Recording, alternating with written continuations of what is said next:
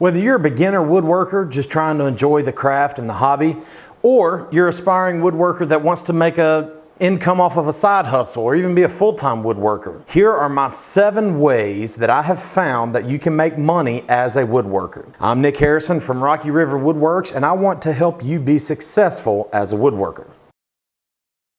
Now, when I talk about ways of making money, what I'm talking about is generating income, some sort of income. And in order to do that, you need to sell something, mainly because that's what the word means, to sell. So, the 7 ways that I'm going to talk about making money are by selling something. The first way to make money as a woodworker is by selling materials.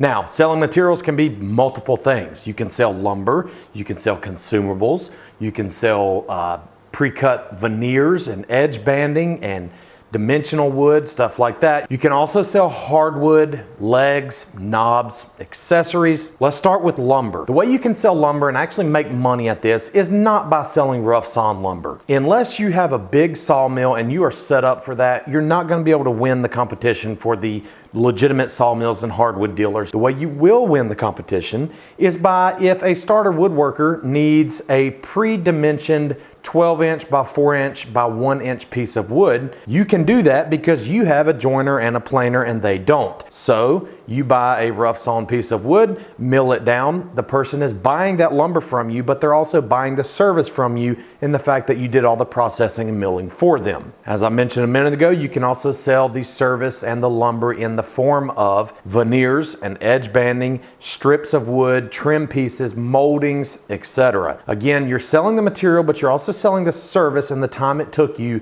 to prepare that wood. And trust me, people are willing to pay for that. Not everybody has a joiner, not everybody has a planer. Not everybody that even does have those machines is willing to put in the time and effort to mill down the material. As an example, let's say someone's making a 12-inch long cutting board and they need a lot of small strips of maple and walnut, etc. What you can do is you buy a 12-foot long piece of rough sawn material and you mill it down, cut it up. You present that to them. Now they are ready to go. All they have to do is glue it together. They don't have, everything is surfaced on all sides, pre-cut and dimensioned because you sold them the material. The next subcategory is consumables. And when I say that, I mean things like sandpaper and wood glue and stains and finishes and brad nails and screws. You buy it in bulk, turn around and sell it. You can go on websites right now and buy 1,000 sanding pads, but you might only want 300. Mark them up a little bit and sell them. Now this sounds crazy because that customer can get online and have something here in 2 days, a stack of sanding pads, but they're not gonna have it tonight. What I'm getting at is you are selling them the consumables at a little bit higher price, but you're selling the convenience. You're local, you're in town, they can get it from you. This applies not only to the sanding pad example, but also to paint. You buy it by 5 gallons, you sell it by the gallon, divvy it up, mark it up, make a little bit of money. Now, as I mentioned, you can sell legs and knobs and accessories. You can buy cabinet pulls, cabinet handles, cabinet hinges. Buy the bulk, mark it up and sell it. You can also sell the service of doing that. Let's say somebody wants wooden knobs instead of metal cabinet hardware. You're really good on the lathe, you're an expert on the lathe. Then you turn the cabinet knobs, you're better at that than they are, they're willing to pay for that. Again, some people, even if they're good at it, they just don't want to pay for it. They will pay for the convenience and the fact that they do not have to do it. That's where you come in, that's where you make money. Way number 2 is to sell finished products.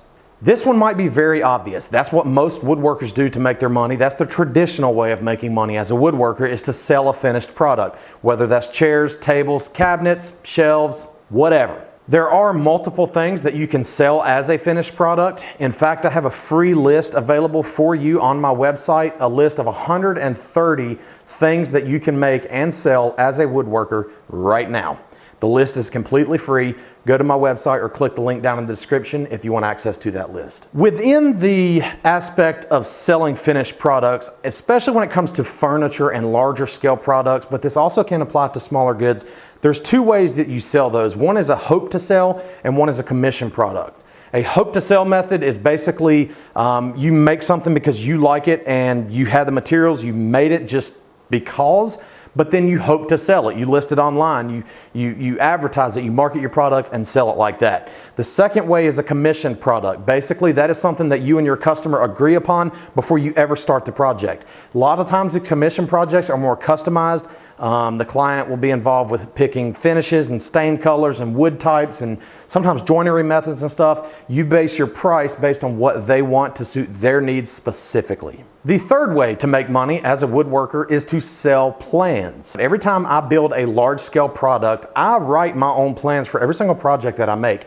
The reason is not because I'm an overachiever, it's just that for me it helps me follow the process. It keeps my mind focused on the plan to where it eliminates most of the mistakes. Contrary to what people might say, computers are pretty smart, and building plans on the computers with the exact dimensions, exact measurements, thicknesses, joinery methods, will things work here and there, corners, joints, all that stuff can be eliminated for the most part on the computer before you make the actual product. So building plans is a great way to do that. That's what I do. I actually use Google SketchUp for a lot of my designs and plans, but selling your plans is a way to make money. And the reason is because you might make a set of plans that is a very custom project that you're going to use one time. You may never use those plans again for your personal work. But if it's that custom and it's that unique, there's a good chance that other people out there, other woodworkers, are interested in buying those plans because they want to build the same thing.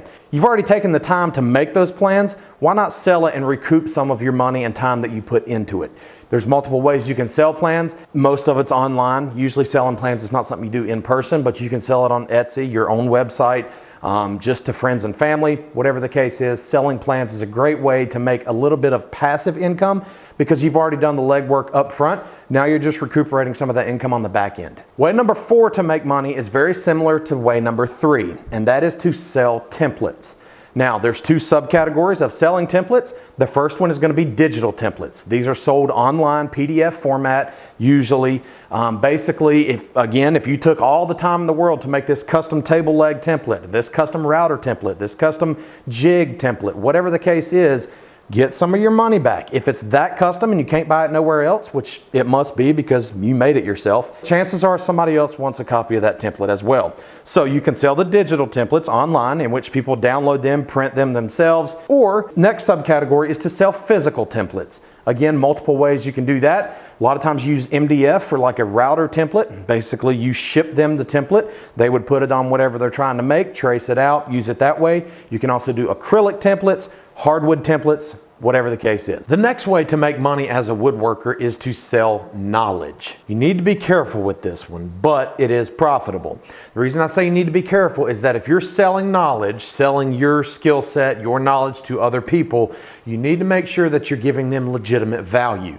The worst thing you can do is to try to sell something that sounds great and sounds important and sounds like legitimate knowledge, but it's something that they can find for free somewhere else. Selling knowledge is a great way. You can do this in multiple ways. You can sell your consultation services, an hourly rate. Basically, you're selling the service of giving somebody advice on how to grow their business, how to work on a dovetail joint. You can also sell courses. Those can be in-person courses where you teach a class on how to make a bookshelf or how to finish wood with stain and lacquer. Or they can be online courses, digital video content. You can make money by selling knowledge. Just make sure you're careful when you do it. Do your research, make sure you know what you're talking about before you try to attempt this option of making money. The number 6 way to make money as a woodworker is to sell entertainment. Now, this can be in form of comedy or informative. People will pay to be entertained. So if you're really good at woodworking, but you also are funny, for example, people might be willing to pay for a funny woodworking video. They might be willing to pay to come see you in person if you have the comedy and the funny side aspect also. People are also fascinated by fascinated things. So if you have a really interesting way of doing something as a woodworker, people might pay to watch you do that, whether that's, again, in person or online. So selling entertainment is another potential way that you can make money as a woodworker. The 7th and final way that you can make money as a woodworker is probably in the top 1 or 2 ways of traditionally how woodworkers make money, and that is by selling a service. Selling a service is a super common way that woodworkers make money, and there's multiple services you can do. You can sell the service of furniture refinishing, furniture refurbishing, slab flattening. If you have a CNC router, you could do laser engraving work. You can do finish work. A lot of people don't want to paint and finish their products. I personally hate painting. I'd be willing to pay for it every single day of the week because it sucks that bad. You could sell services of that. You could sell lumber milling services. If you have a planer or a drum sander or a joiner or something that somebody else does not have, people are willing to pay for those services. Another service that you can sell, and there's a lot of money to be made here, but you need to be careful, and that is selling contractor services. The reason you need to be careful is because depending on your local area, state, municipality, whatever, there are extra licenses and knowledge and permits and stuff like that you need to have, insurance. So just be careful, do your research, but you can make a lot of money selling general contractor services for larger scale products. Okay, so that's my 7 ways that you can make money as a woodworker. As with anything, you're not gonna get rich overnight, forget it. You will make money though. It will be pennies at first, it'll turn to dollars, it'll turn to hundreds of dollars, thousands of, and so on.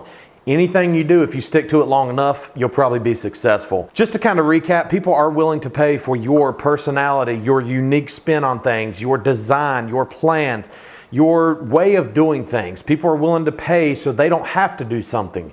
There's multiple ways you can make money as a woodworker. I hope you found value in this video. Be sure to hit the subscribe button and click the like button down below. Also, you'll find links in the video description that may be helpful to you as well. You can find more about this topic and more on my website at www.rockyriverwoodworks.com. Thank you for watching. If you enjoyed that video, I have a video right here that I think you'll also enjoy, and I have an entire playlist of videos right here that you'll like even more.